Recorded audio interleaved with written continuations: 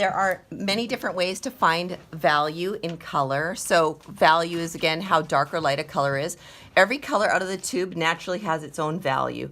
Obviously, yellow out of the tube is a lighter value than burnt umber. Burnt umber is a much darker value right out of the tube. So how would I find value? This is one way of finding value. It's called a grayscale and value finder. You can buy these or you can make them. I always recommend at least buying one and then using it to make your own, because making a grayscale value finder can be tricky. It always ends up going too dark or too light off the get-go. So using something like this. Now, how do I use this? How would I find a color? Well, or a value in a color, let's say.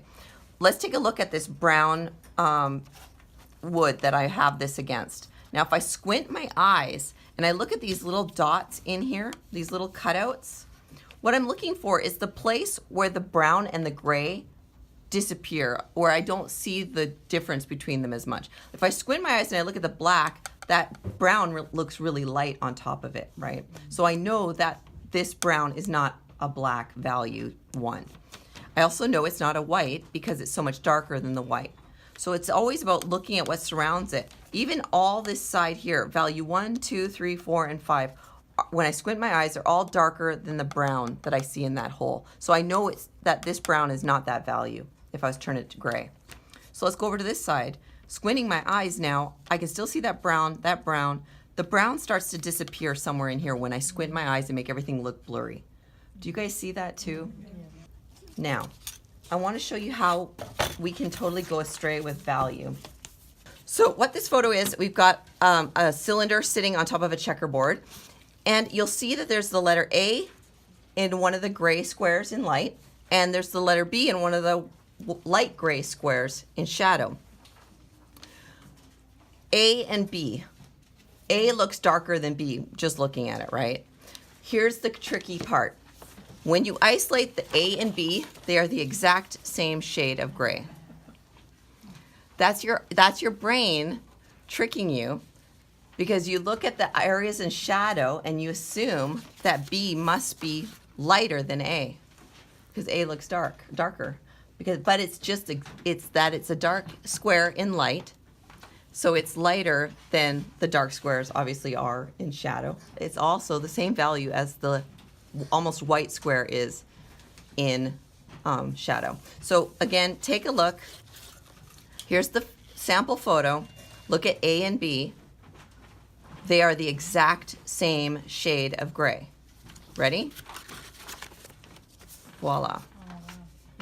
What we've got is a massive Rubik's Cube. And in the shadow, we have a bright orange square on the cube, which is out of place. It looks out of place, right? On the top, in the light, we have a dull brown square, right? Those are the exact same color. Okay, so look at those. They're exactly the same color. Same value, same vibrancy, same color, everything. Again, nothing lives in isolation, so everything is influenced by what's around it. And because all of these squares are very vibrant and very light, it makes this orange seem dull in comparison. Because all the squares here in shadow are really dark and really desaturated, it makes this kind of brownish orange color look vibrant. So you can use that to your own benefit when you're painting. You know, if you have things, for example, with my teacups, when I paint teacups, if I want to have a bright white glow on a white teacup, the only way that can happen is if the teacup is not white. The teacup has to be gray, and then only the highlight is white. So it's always about thinking about what's your goal, and sometimes stepping backwards and trying to think about how am I going to achieve that. And it really is about what's around it. All right. Now, I mentioned to you I was going to show you guys another way that you could learn to find value. And one of those ways is with clear acetate. Everybody who's taken my class is very familiar with this because I use it all the time. My grandmother is the one who came up with this one, so I can't take credit for it. This is just a clear acetate I bought online.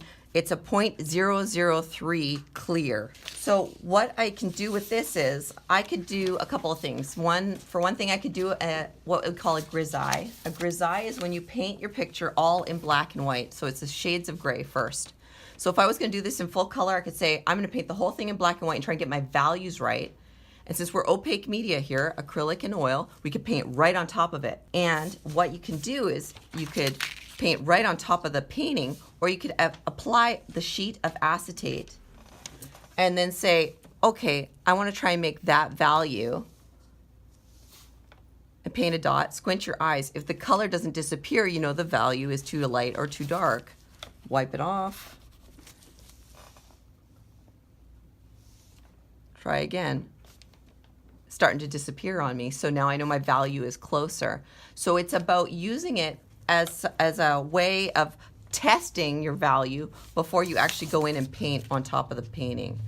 And you could do that with anything. You could put this on top of your photographic resource. I could have my photo and I could say, gosh, I really am struggling with the value of that rock. So put the acetate down and actually mix color and paint it down, squint your eyes. It's a little too light. I gotta darken it up a little bit. You know, and then just change it, paint a dot again and see if it's right. And then just wipe it off. Alternatively, if you have a printer at home and matte photo paper, you could also take a black and white photo, or actually take a black and white painting you've done as a value study of whatever it is you're painting, and print it out on black and white photo paper. And you can see I've already done one here. It was this painting that I took a picture of, put it into my computer, and just printed two up on a piece of matte photo paper. And I painted this half kind of like the photo, and just painted right over top of the black and white photo. And that way I can kind of, you know, play around with the values, make sure I got it right.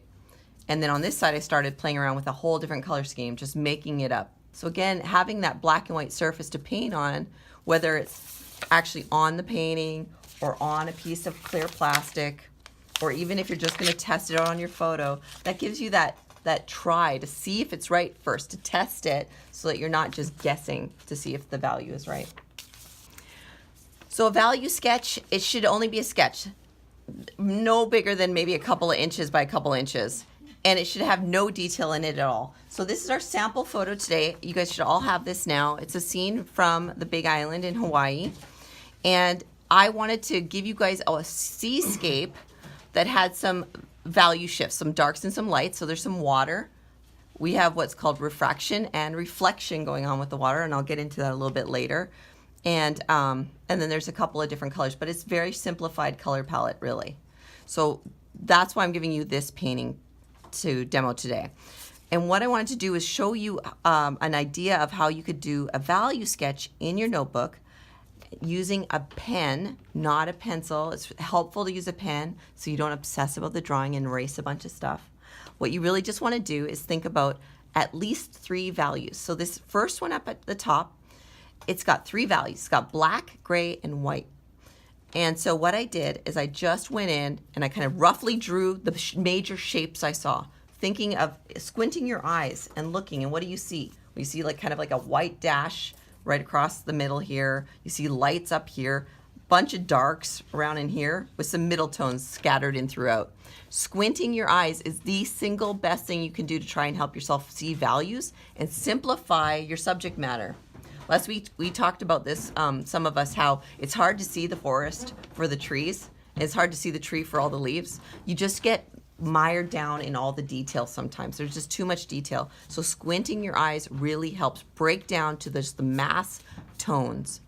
And what you want to do is break it down into maybe 3 values here. I have the black, the gray, the white. So I just simplified everything. Didn't worry about anything in between that. Right below it, I went a little bit farther. There's 5 values, so I added a couple more values in there. But you could literally just keep it to 3 values. And what that does is it helps you see, A, the design, make sure that the piece is kind of balanced because it's simplified. But it also helps you for when you start painting, because that's your first step. Your first step, just paint your darks, your mids, and your lights, and leave it at that, and then go in and add detail on top of it.